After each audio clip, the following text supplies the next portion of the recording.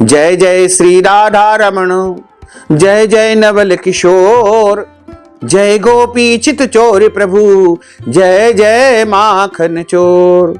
मात मेरी श्री राधिका, पिता मेरे घनश्याम, इन दोनों के चरणन में मेरा बारंबार प्रणाम, मेरा बारंबार प्रणाम, मेरा बारंबार प्रणाम। मोहिनी मूरत श्याम की वो मन रही समाय, जो मेहंदी के पात में लाली रही समाय। धन यौवन एक दिन उड़ जाएंगे जैसे उड़े कपूर, मन मूरख तू राम भज क्यों चाटे जगधूर। राम कृष्ण दो एक है अंतर नहीं निमेष, इनके नयन गंभीर है उनके चपल विशेष।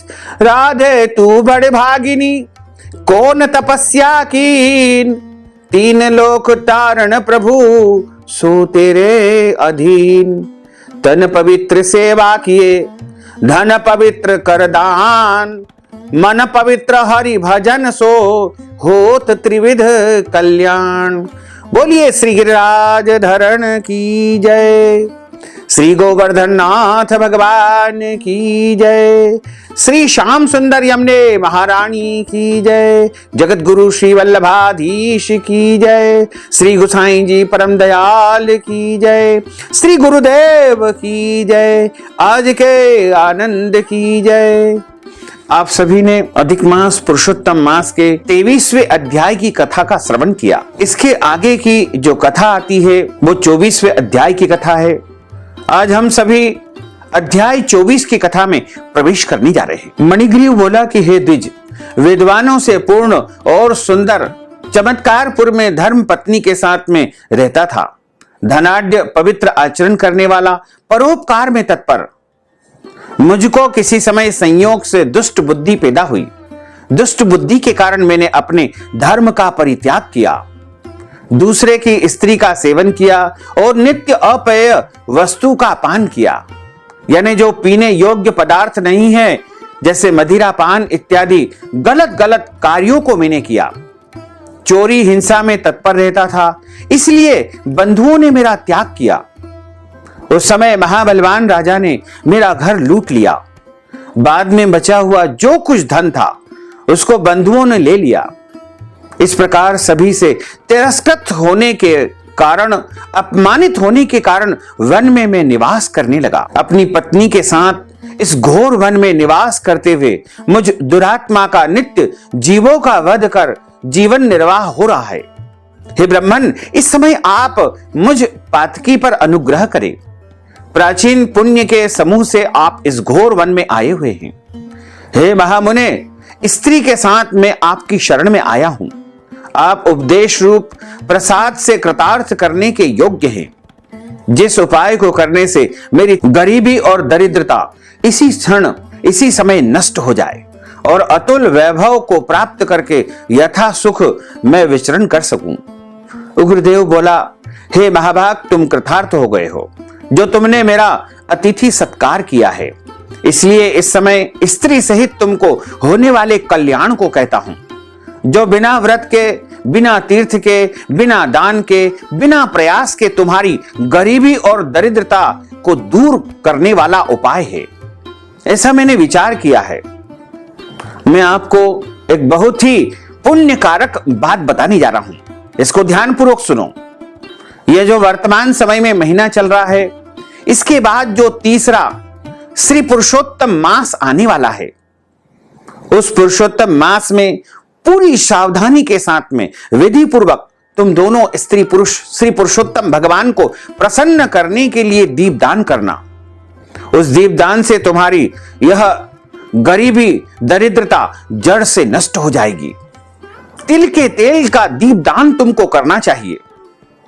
वैभव होने पर घी के से दीपदान करना चाहिए, परंतु इस समय वन में वास करने के कारण घृत अथवा तेल इनमें से तुम्हारे पास कुछ भी नहीं है। हे अनग मणिग्रीव, पुरुषोत्तम मास भर स्त्री के साथ नियम पूर्वक इंगुदी के तेल से तुम दीपदान करना। स्त्री के साथ इस तालाब में नित्य स्नान करके दीपदान करना। इसी प्रकार तुम इस वन में 1 मास का यानी 1 महीने का व्रत रखना। तुम्हारे अतिथि सत्कार से मैं प्रसन्न होकर के मैंने यह वेदों में कहा हुआ तुम दोनों को स्त्री पुरुषों को उपदेश दिया है। विधिहीन व्यक्ति भी यदि दीपदान करने से लक्ष्मी को प्राप्त कर लेता है तो विधि पूर्वक दीपदान किया जाए तो उसका कहना ही क्या है। मनुष्य यदि दीपदान करेगा तो उसको निश्चय ही अपार लक्ष्मी की प्राप्ति होगी, अखंड लक्ष्मी की प्राप्ति होगी। यदि पुरुषोत्तम मास में विधि पूर्वक दीपदान किया जाए तो कहना ही क्या है। वेदों में कहे हुए कर्म और अनेक प्रकार के दान पुरुषोत्तम मास में दीपदान की 16वीं कला के बराबर भी नहीं हो सकते हैं।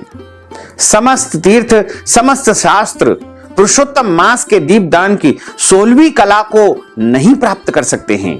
योग, दान, सांख्य, समस्त तंत्र भी पुरुषोत्तम मास के दीपदान की 16वीं कला को भी नहीं प्राप्त कर सकते हैं। कृच्छ, चांद्रायण आदि समस्त व्रत पुरुषोत्तम मास के दीपदान की 16वीं कला की बराबरी नहीं कर सकते हैं। वेदों का प्रतिदिन पाठ करना, गया श्राद्ध करना, गोमती नदी के तट का सेवन करना पुरुषोत्तम मास के दीपदान की 16वीं कला के बराबर नहीं हो सकते हैं। हजारों ग्रहण, सैकड़ों व्यतिपात पुरुषोत्तम मास के दीपदान की 16वीं कला की बराबरी नहीं कर सकते हैं। कुरुक्षेत्र आदि श्रेष्ठ दंडक आदि वन में पुरुषोत्तम मास के दीपदान की 16वीं कला की बराबरी नहीं कर सकते हैं। हे वत्स, यह अत्यंत गुप्त व्रत जिस किसी से कहने लायक नहीं है। यह धन, धान्य, पशु, पुत्र, पौत्र और यश को देने वाला है। बांझ स्त्री के बांझपन को नाश करने वाला है और स्त्रियों को सुख तथा सौभाग्य देने वाला है।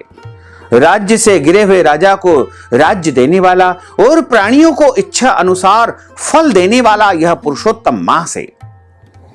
यदि कन्या इस व्रत को करती है तो गुणी, चिरंजीवी, यति और श्रेष्ठ, सुंदर, गुणवान, बुद्धिमान पति को प्राप्त करती है।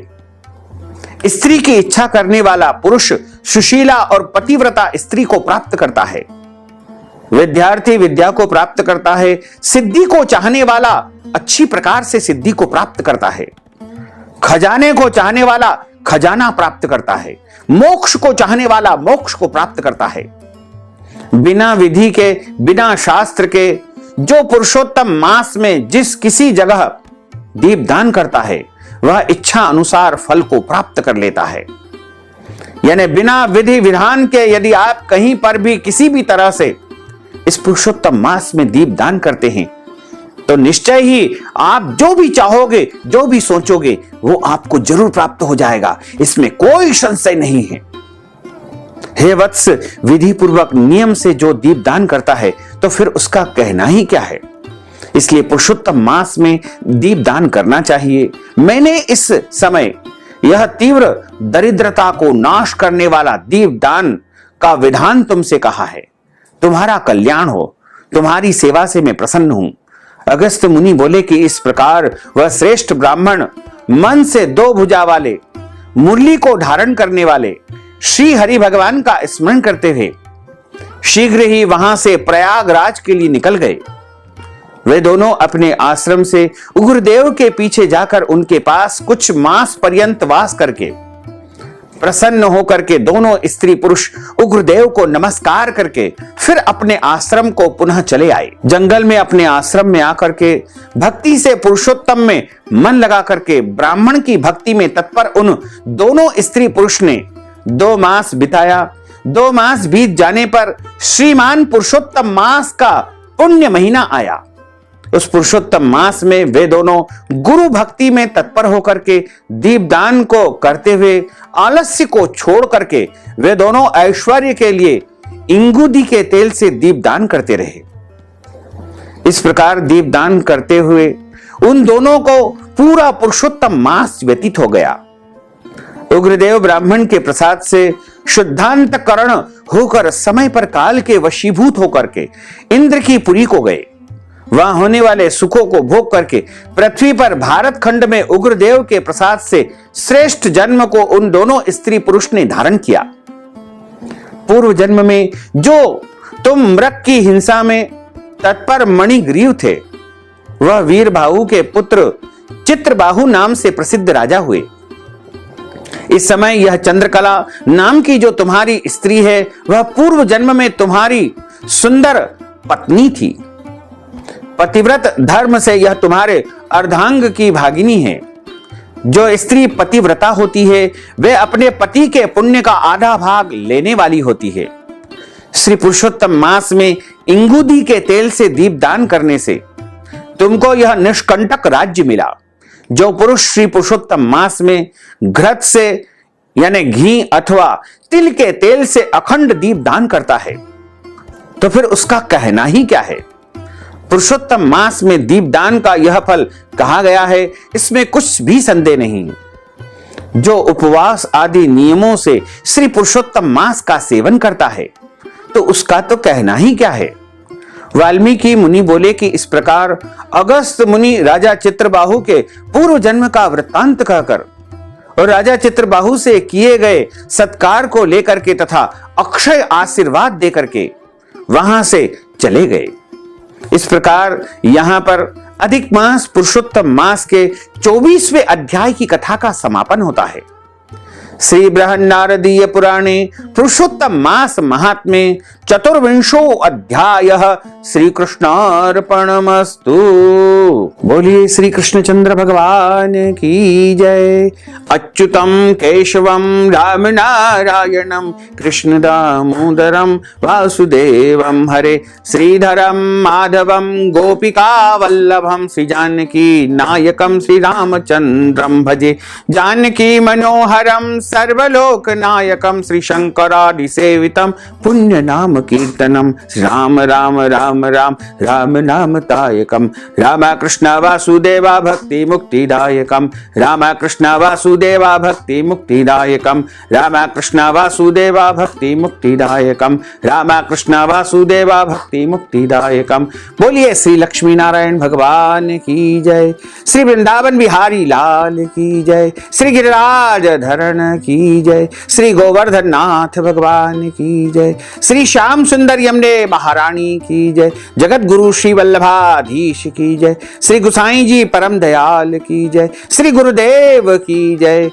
धर्म की जय हो, अधर्म का नाश हो, प्राणियों में सद्भावना हो, विश्व का कल्याण हो। सनातन धर्म की जय हो, गौ माता की जय हो, नगर बस्ती की जय हो, आज के आनंद की जय हो, कल के आनंद की जय हो, परसों के आनंद की जय हो, बरसों बरसों के आनंद की जय हो। ओम नमः पार्वती पते हर हर महादेव हर।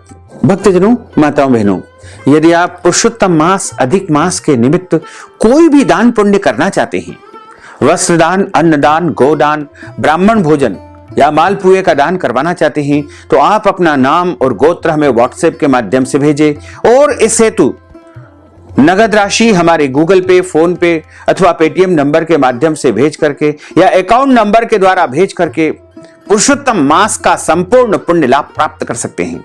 साथ ही आपसे अनुरोध है कि हमारे इस ज्ञानवर्धक वीडियो को अधिक से अधिक लोगों को शेयर करिएगा, लाइक करिएगा, कमेंट करिएगा और यदि अभी तक आपने सब्सक्राइब नहीं किया है तो अभी और इसी समय सब्सक्राइब कर लीजिए, ताकि इसी प्रकार की ज्ञानवर्धक वीडियो आपको सबसे पहले प्राप्त हो सके। आपको और आपके पूरे परिवार को सादर जय श्री कृष्ण, सादर धन्यवाद।